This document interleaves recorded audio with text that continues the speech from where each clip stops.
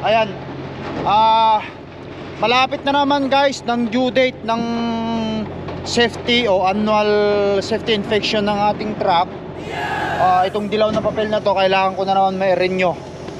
Nag-iisa man ng truck mo, owner operator, na nag-iisa ang truck or plate company na libo-libo ang truck mo, no exemption talaga. Lahat talaga yan dapat sumunod sa rules. Kailangan yung mga truck talaga is in compliance. Yun ang rules dito sa Canada.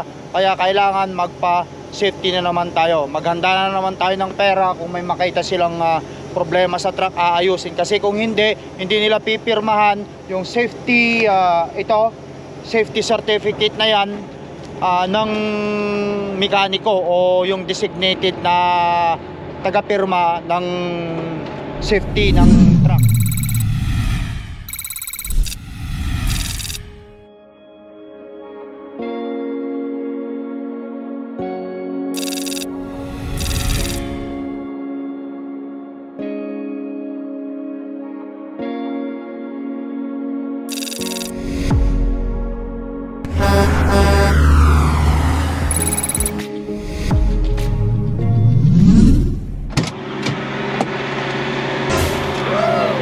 Alright guys, magandang araw sa ating lahat.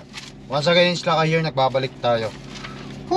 Dito tayo sa Dexter, Michigan ngayon. Kinuha ko yung Ace Manifest ko papuntang Canada. Yan. Tapos kunin ko na itong pasaporte natin dito. Para sa ganun abot ko na lang mamaya sa boot. Malapit na dito yung Ambassador Bridge na na border igaganyan lang natin mamaya. Mabilisan din sila baga sa mga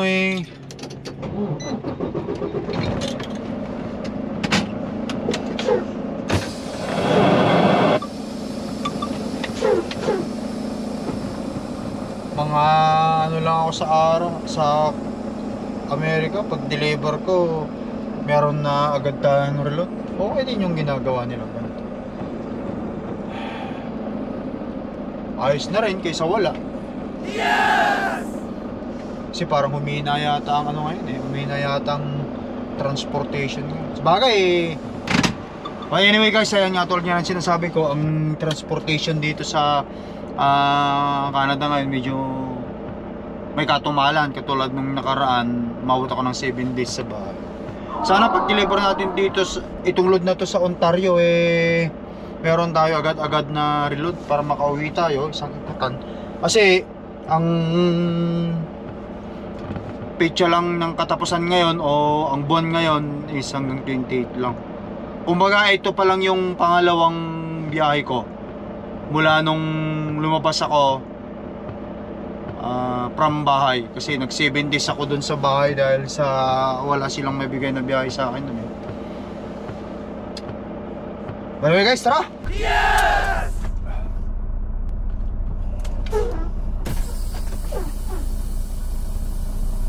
Alright guys, tara, let's mag-gates.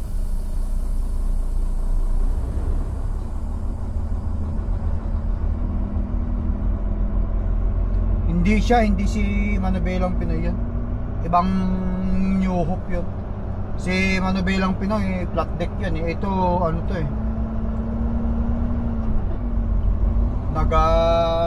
container to container ba ng dala?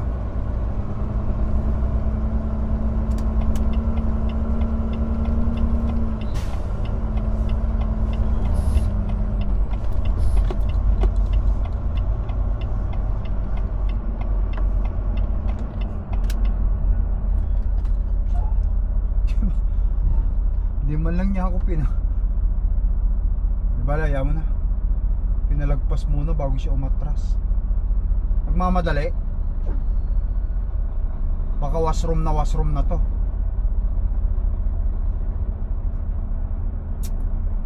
It's okay. Tapos na rin naman na tayong nagpa-diesel at nag 30 minutes break. Let's roll guys. Let's roll.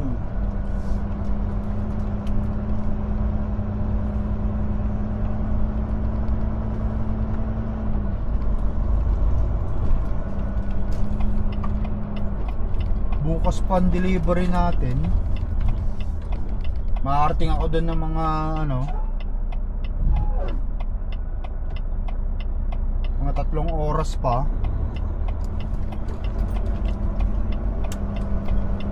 Maaga pa, may pagkakataon pa tayong mag-exercise. In 1/2 mile, turn right, then take the first right. Maganda na ang ano guys, maganda ng climate eh. Ang ano rito, ang temperature 23 degrees. Oh, summer na dito sa ano guys, east. Sana pag umuwi tayo, magkaroon tayo ng load from Ontario to Winnipeg, kung yun ang ibibigay sa atin. Sana hindi wala tayong madaan ng mga ano na dyan sa Highway 11 at saka Highway 17.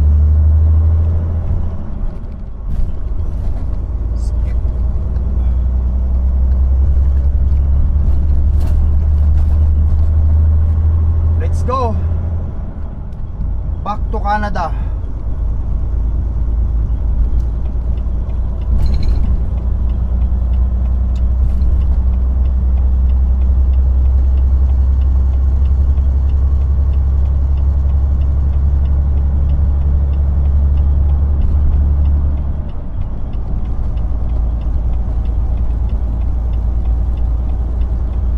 Lapit na daw ang birthday ni Cordapia. Sabi nung matagal na nakasuporta sa vlog natin. Alam na alam ha. Nag-start ako mag-owner operator guys is 2020 ng ano ng March na next year. I mean March na next month. So pang-4 na taon natin. Pero ang safety nito, ang safety ng truck ko is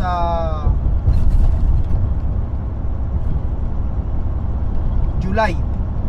Sa July ako magpapa safety. Ang safety ng truck ko guys is June. Kasi March last year, March dapat magpapasafety ako since hindi naman tumakbo yung truck kasi nagbakasyon tayo sa Pilipinas. Umuwi tayo ng Pilipinas ng March. So I mean April, buong buwan ng April nasa Pilipinas tayo.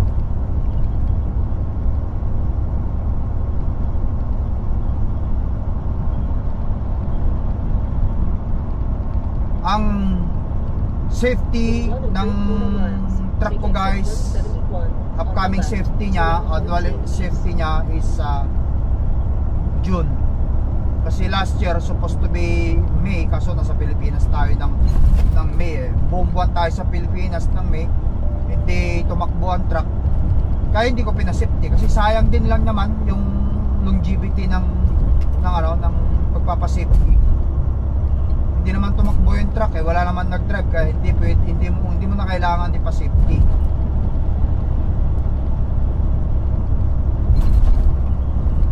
Kaya ang safety natin it's supposed to be next month, na-adjust. So ang nangyari, pumalo siya ngayon. O nitong next month, o nitong year na to, ang annual safety niya is June. Alright guys, diretso lang.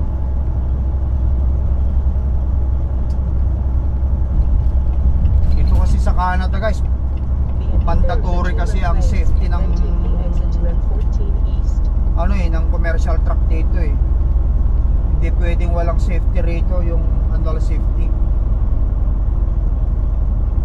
Mura lang naman yung annual safety, kumbaga. Mura lang yung safety ng pa-safety ng truck. Basta wala silang makitang kukumpunin, yung ayusin, di ba? Mura lang. Kasi susulatan lang naman nila yung kumbaga sa overall inspection, safety inspection ng isang licensed mechanic ang gagawin sa unit. titignan niya lahat kung okay pa lahat yon or safety pa ang truck. Mayroon silang checklist na sinusunod. Pag okay lahat, ang babayaran mo lang doon yung safety certificate, yung papel na bibigay sa'yo. Ngayon, kung may makita sila, masilip silang mga kailangang gawin, ang mangyayari niyan, isasuggest nilang ipagawa mo yun. Para sa ganon, pagka na-correct yung mga problema, ang mangyayari niyan, yung certificate, pipirmahan nila. Hanggat hindi na-correct yung mga problema sa truck, hindi nila pipirmahan yung certificate ng ng safety ng truck. Yun dito sa Canada, guys. Yan. Hopefully, pag nagpa-safety tayo, kung may makita man, ipaayos natin. Kung wala, edi wala tayong gagastusin. Pero kung mayroon, normal na yung gumastos ka sa mga pagkukumpuni sa truck o kailangan ayusin sa truck mo. Alright guys, let's go. Malapit na tayo sa border. Enjoyin natin ang pagmamaneho kasi mainit eh.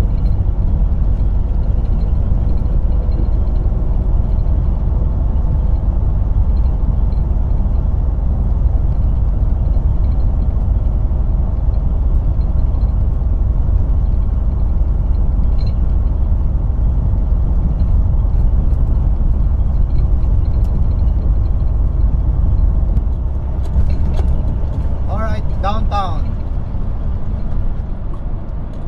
Yun nga guys yung sinasabi ko sa inyo.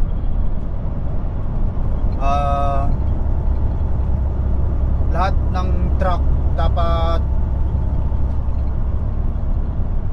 in compliance. Kumbaga no exempted, no exemption. Malaki man ang company mo, fleet company ka man, or you're just owner operator, own a one truck. Pare-parehas yan guys na na pagdating ng annual safety ng truck mo, kailangan mong sundin yung batas. Hindi ko alam sa taga-ibang lugar, taga-ibang bansa, sa Pilipinas, sa Saudi, I'm sure meron din yan. Meron lahat yan sinusunod. Pero dito hindi mo pwedeng iskipan guys kasi lahat naka-record sa transportation dito eh. Kung mahirap pa pagka hindi ka nagpa-safety, paso na yung safety mo, tapos mahuli ka, matik ang truck mo, ano na yan, shutdown na, hindi na pwedeng tumakbo not until you have or you finish the nagpa-safety ka. Kunwari expire na safety mo, no? Tapos dumaan ka sa isang government scale na bukas, in-inspection ka ngayon, lahat ng mga papel mo sa binder mo, sa authority mo, titignan lahat yan, kasama na ang safety certificate ng truck mo. Pag nakita nilang expire yan, doon pa lang shutdown ka na doon, hindi ka na pwedeng tumakbo hanggat hindi naaayos yung truck mo. At saka malaki pa ang multa niyan pagka nahuli ka. Kaya dito sa Canada, lahat sinusunod yung rules. Kasi kung hindi, magkakaroon ka ng violation, no? Magkakaroon ka ng record. E paano kung malaking company ka, di magkakaroon ka ng bad record? O baka mamaya yung business name mo ipasarado pa yan ng ng government dahil you're not compliant. Kumbaga yung mga unit mo, yung mga truck mo is not in compliance, parang gano'n. Kaya lahat talaga kailangan sumunod. Itong truck ko, sa lahat ng nakasunod sa vlog ng Lakay Trucker, Pag-aapat na taon na tayo. Alam nyo naman siguro, marami na rin akong ipinagawa sa truck ko. Marami na rin akong kapalitan sa truck ko. Kaya kapag may makita ko yung mga major na problema sa truck, pinapaayos ko na. Pero kung minor lang, katulad ng mga pag-light lang, ay hindi ko bagas hindi yan major. Minor lang yung mga, kasi may mga high beam kayo na number 1 dyan eh. Yung mga pag-light, hindi nila titignan yan.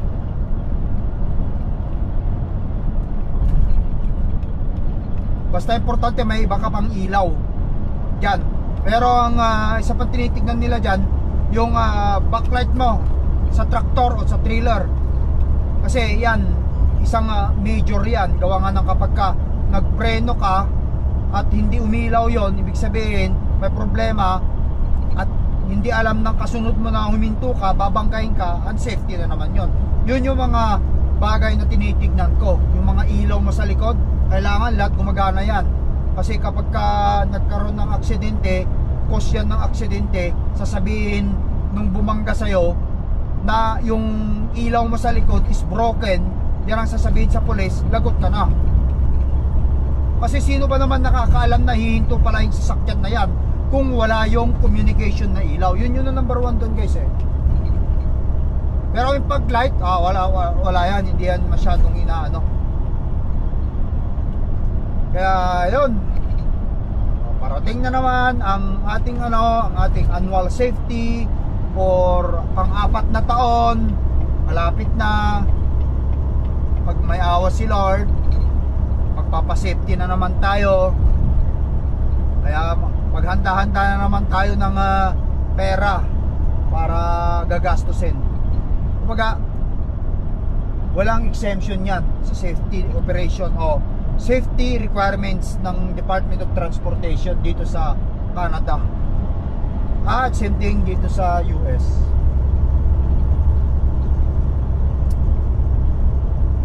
Tsaga-tsaga lang, matatapos din. Basta importante, kapag ka maganda biyahe ngayon, huwag lubos biyaya. Itabi mo, magtabi ka para sa ganon. Kapag ka nangailangan ka, may bubunutin ka. Ganon lang yan. Mga previous na video natin, previous na biyahe natin okay naman Kaya may naisukbit. Nakahanda na naman tayo sa sa pagpapasafety hanggang sa mabayaran natin ng truck. Doon na lang natin siguro masasabing makakahinga tayo ng maluwag-luwag. Alright guys, yan, malapit na tayo sa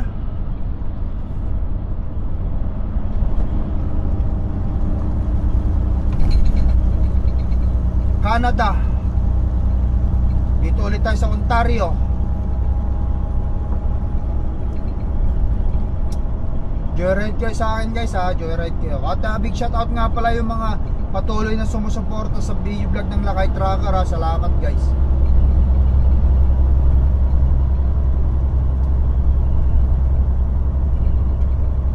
Tuloy-tuloy lang. Makakaraos din tayo.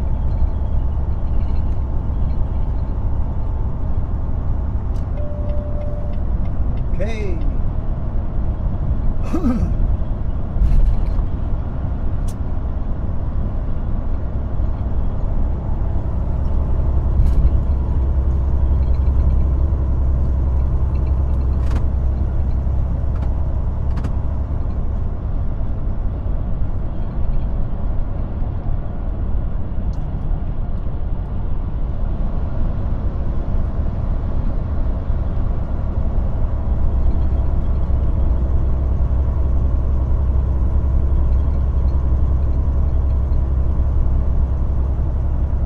Nagtatanong kung saan daw pwedeng mag-apply, kung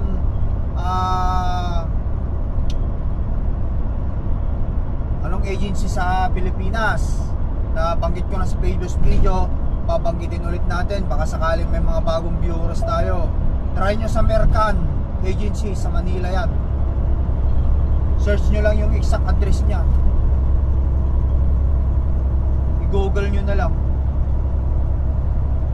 Kung magkano ang gagastusin, hindi ko alam guys. Sila lang nakakaalam yan. Kasi agency sila eh.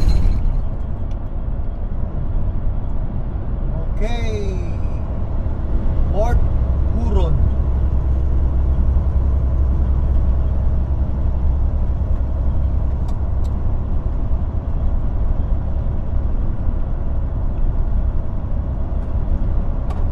Country border ahead.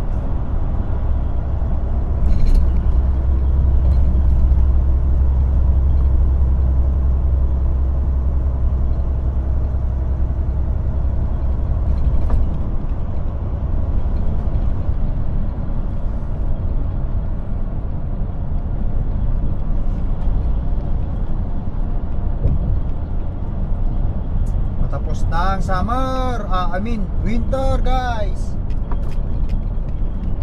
Kaya relax na naman tayo magmaneho ngayon. Pa-cross-cross na naman tayo.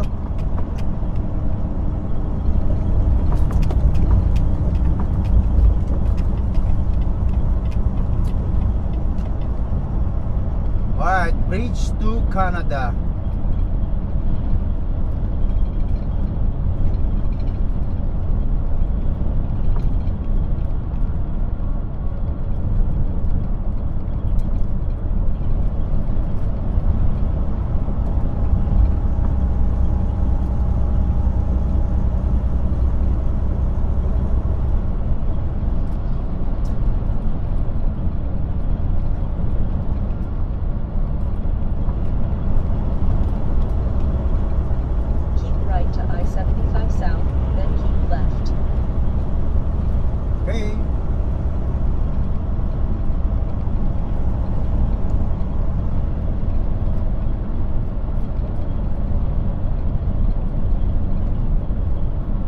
Toledo. Bridge of Canada. Keep left toward bridge to Canada.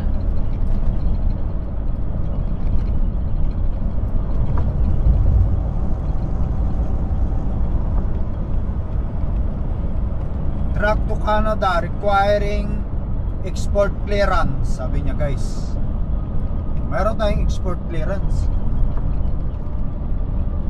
Play to tayo.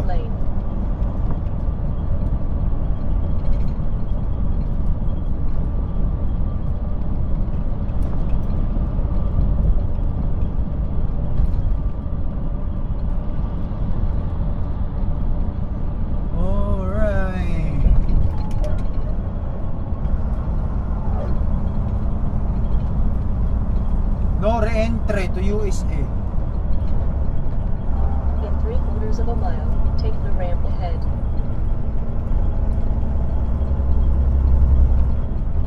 Rekta-rekta lang to guys, rekta-rekta. Sana hindi tayo ma-pull over na naman ng pulis dito.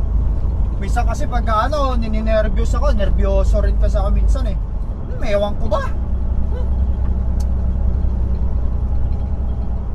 Pagka tinanong ka dapat dire-diretso lang dapat ang sagot mo. Do not give them a reason to pull over. Pull you over. Ayun, may pulis doon. Ay, na naman ang pulis. Pulis.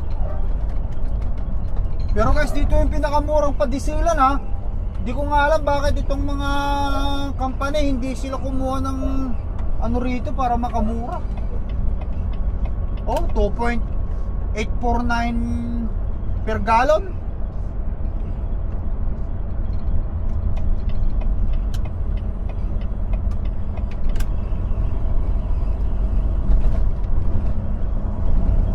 Ayan dyan sa ano na yan, sa pakruduhan na to, duty free.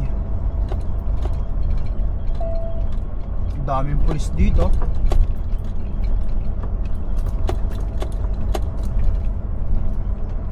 Sana hindi masyadong busy para dire-diretso tayo.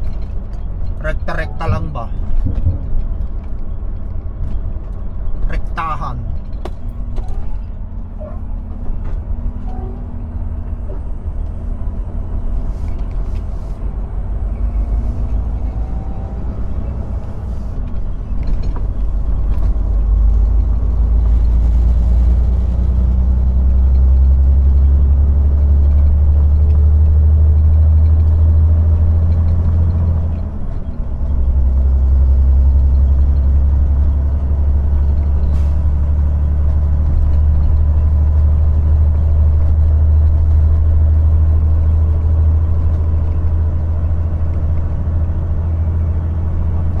brakes. Talagang inalis na nila yung ano, yung malalaking plug yan. Dito mayroon border kasi ito guys eh. Kaya nga country border eh. Ang pinaka border dyan sa gitna ng ano na yan, ilog na yan. Dito may malaking plug dati eh, America. Doon sa kabila naman na yon is Canada.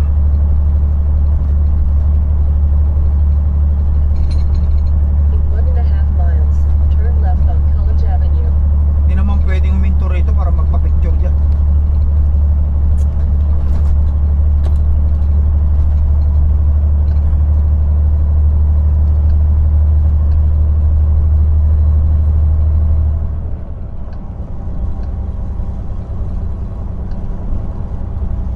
Going to 2701 High Point Drive, Milton, Ontario.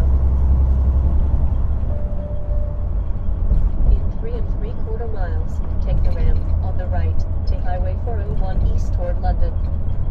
Sana hindi ano to, hindi busy.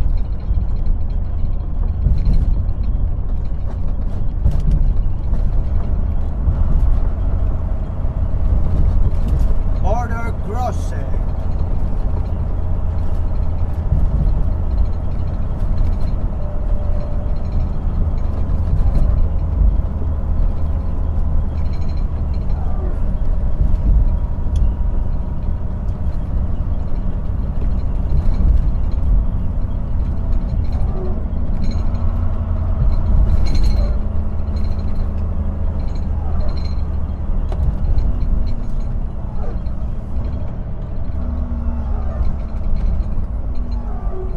Ano pa sila, assistant pa sila eh.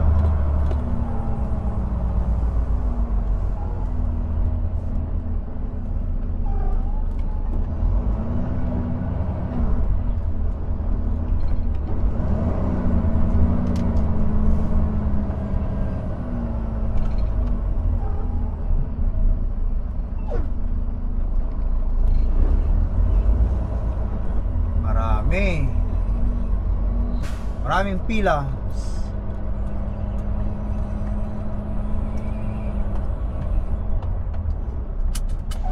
Okay. Okay, so change ko muna sarili ko sa border crossing, guys. Border crossing.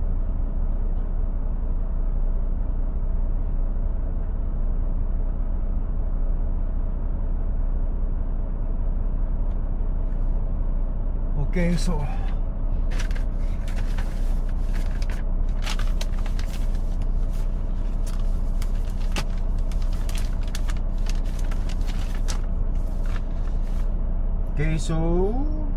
kung 21 tayo umalis yun. Good.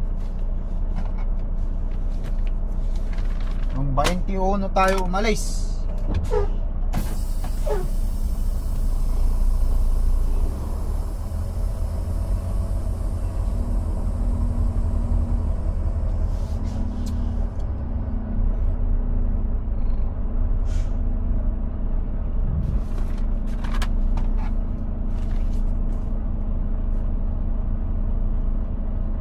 Kalimutan ko pa magsulat ng aking ano pala.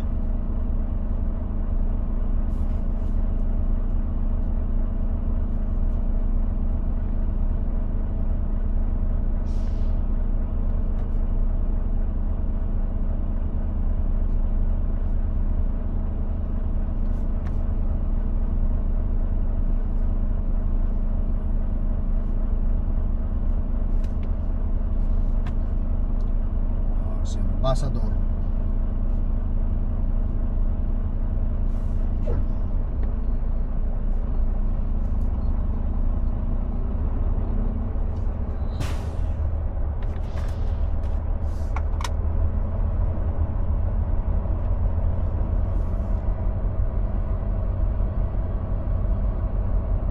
Ayan, truck open, sabi niya.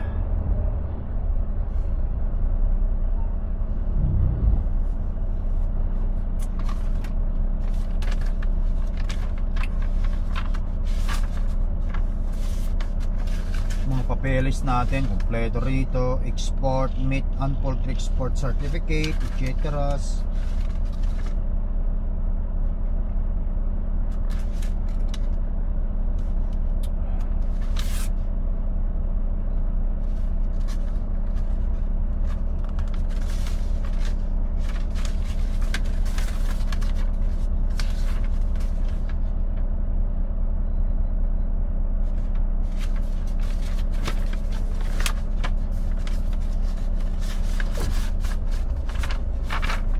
Okay.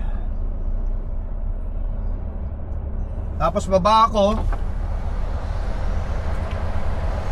Patayin ko tong reaper natin para hindi sila magalit.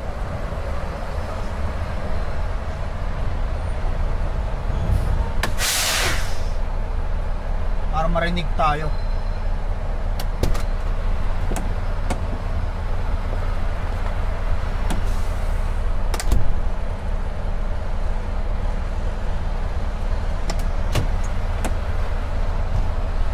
Right.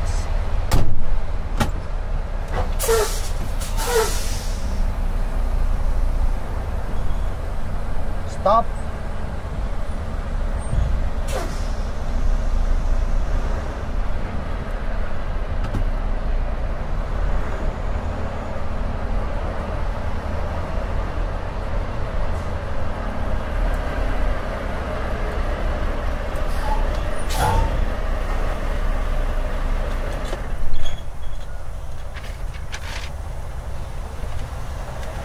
Good morning, sir. Good afternoon. How long were you outside of Canada? Since the 21st, sir. What did you purchase that you're bringing back in? Oh, no, nothing. Did you buy anything? Nope, sir. What are you hauling? Meat, sir. Sorry? Meat from Wisconsin, Sheboygan. Meat, pork. Sheboygan, Wisconsin. I pick up there and when I come to US, I deliver in Watertown, Wisconsin.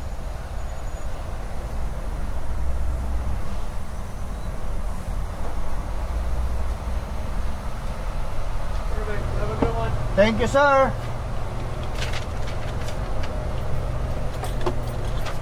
Ayan guys, officially nasa ano na tayo.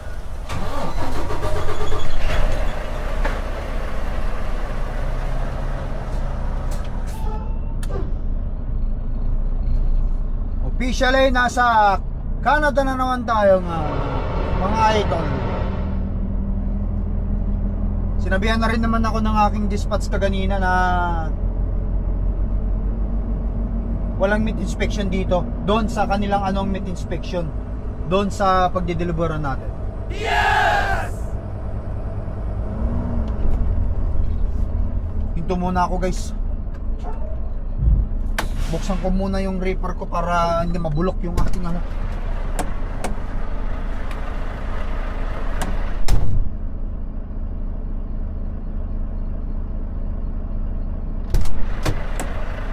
Alright guys, we are now here in Canada and thank you for watching. Ingat kayo lagi.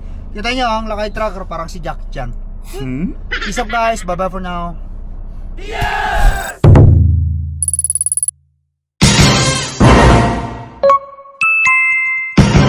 Lakai Trucker.